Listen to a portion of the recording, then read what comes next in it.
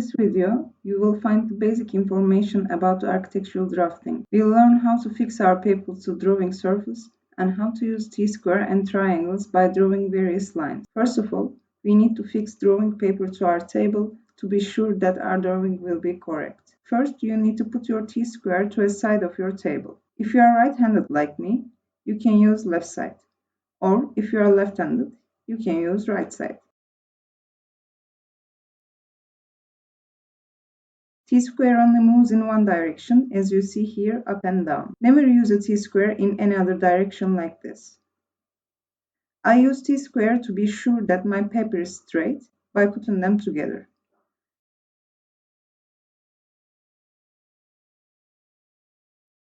Then I start taping my paper from one corner by using tape diagonal.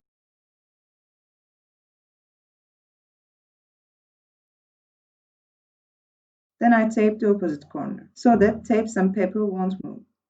Then I tape the other corners, again using my tape diagonal. Before I start drawing anything, it's essential to plan how you'll arrange your drawing on the paper.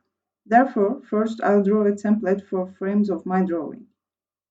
I'll leave 1 cm from every side of the paper and draw my first frame. So I measure these 1 cm with a smaller triangle from every side.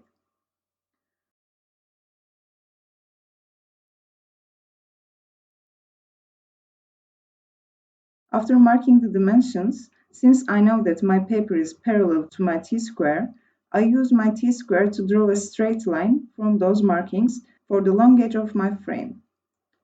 For the short edge, I need to draw a line that is perpendicular to the first one. So I use my triangle by aligning it to my T-square, so that I can be sure of drawing a 90-degree line. Again, I am using the mark I put before and draw my second line of the frame. Then the other. And finally, I use T-square again to finish the frame by drawing the last horizontal line. If needed, you can fill the tiny gaps or erase extra lines. Now I want to draw a second line inside of the frame at the top of it to write information such as name of the lesson and practice. So I mark 1 plus 5 cm with a small triangle again. From the bottom, I do the same thing, but this time I measure 1 cm to create a place to write my name, surname, student number, etc. In practice 1, we need to draw 6 different line types, so I should divide the inner space left behind from my frame to 6 equal pieces. By measuring it, I see that I have a 40 cm line at the top, so I divide it into 3. And vertically, I have 25 cm, which I should divide into. So I mark 12.5 cm in vertical and 13.3 cm in horizontal direction. Then I draw necessary lines by using T-square and triangles as I used before. To write the information of the course to top of my paper, I measure 0.2 cm from the inner frame to create assisting or helping lines that will guide me to write all the letters in the same height. To draw these helpers, I use a much harder and thinner pen so that those lines will hardly be seen. Since they are just there to help, I don't want to see them as bold as my drawing. If you draw them thin and light enough, you can leave those lines, or if you want, you can erase them after you finish writing your letters. During writing, I use the guidelines to be sure that I am writing each letter at the same height in a straight order.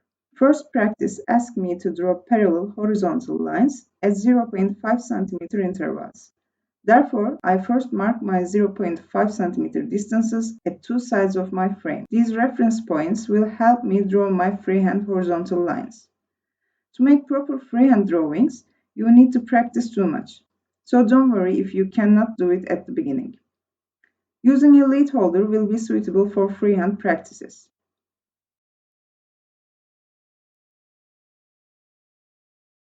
The most important thing when you're drawing a line is not to take your pencil off the paper while you're drawing. If you stop at some place and then keep drawing, you'll start to see cracks in your lines. So be sure that you draw your line with one move by not taking your pen off or stopping. Now let's draw the same line with T-square. It's much more easier because I know that I'll draw parallel straight lines by using my marks. For this practice, I can use a mechanical pen to create a more technical drawing. Another important point while drawing is, as you can see in this example, I start drawing from the top of the paper and then come down. It's because I don't want to use T-square on my drawing. It may cause smudges and cause a dirty lick on my paper.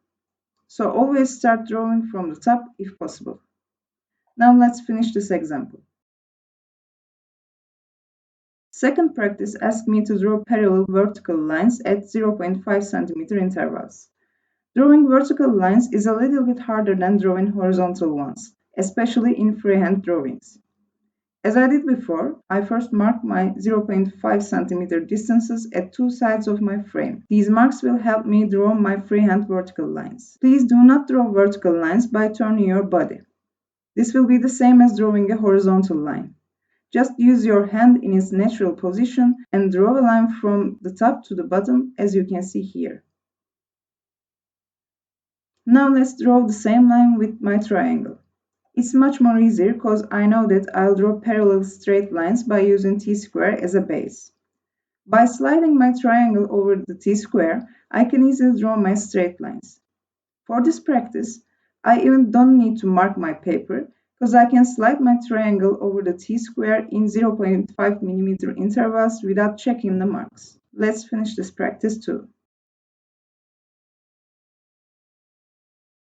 In another practice, we need to draw parallel lines in 45-degree angles with 0.5 cm intervals.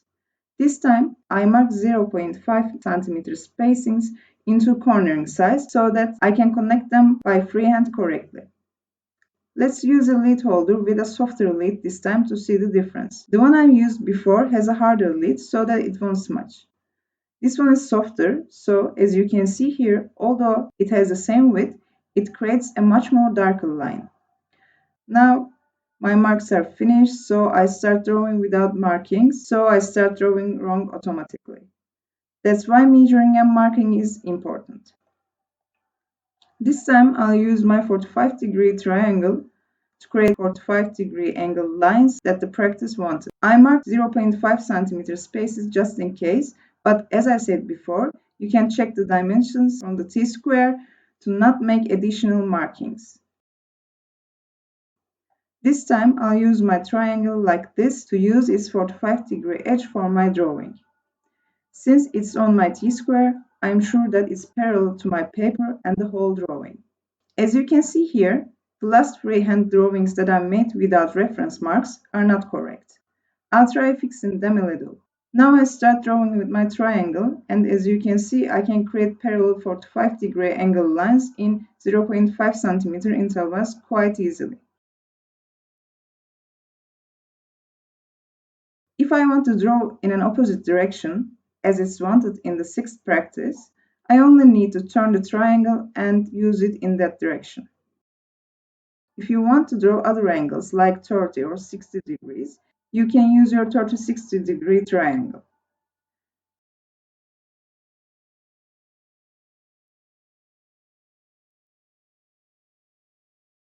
Since this angle is 60 degrees, I can draw 60-degree angle lines by using triangle in this direction, and if I want to draw a 30-degree one, I can just turn and use the triangle in this direction. If you want to draw in any other angle, you can use your protractor to find the right angle, mark it, and draw a line.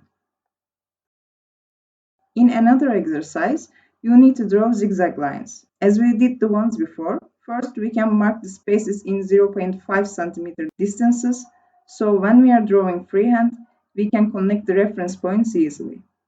We can also use lines for help here, as we did at the top of the paper while we were writing the name of the lesson. By drawing those reference lines, we can be sure that our zigzag line will stay in the exact same height in each shape. I'm using a hard and thin mechanical pen so that lines will hardly be seen. Now I can start connecting my reference points. While drawing the line, be sure that you don't take your pen off the paper until you finish your whole move to draw the line.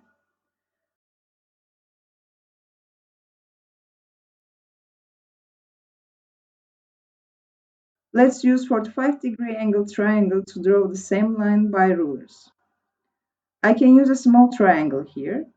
As you can see, my freehand drawings are not quite correct. In this exercise, we learned how to use T-square and triangles. Now check the blackboard to find your practice paper and complete your practices according to the information in this video. When you're drawing, be sure that your drawing is clean and your lines are straight, strong, and one piece.